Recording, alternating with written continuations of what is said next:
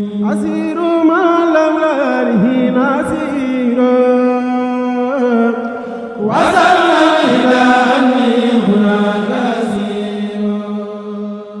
asalaamaaleykum mbokki auditeurs yi maa ngi leen di nuyu di leen ziar di amati mbégte bu rëy di leen yëgal njàng sant ak conférence bi ñuy amal fële ca Gadeyelle le 26 janvier incha allah bu ñu nee suba la màggal gi à 20h di ci sàkku seen teewaay.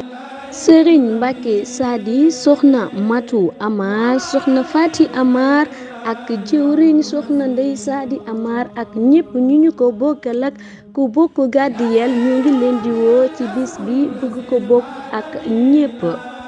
programme bi nag ren nii lay tëddee à 18h incha allah dinañu def mise en place bi à 20h dinañu accueillir nit yi.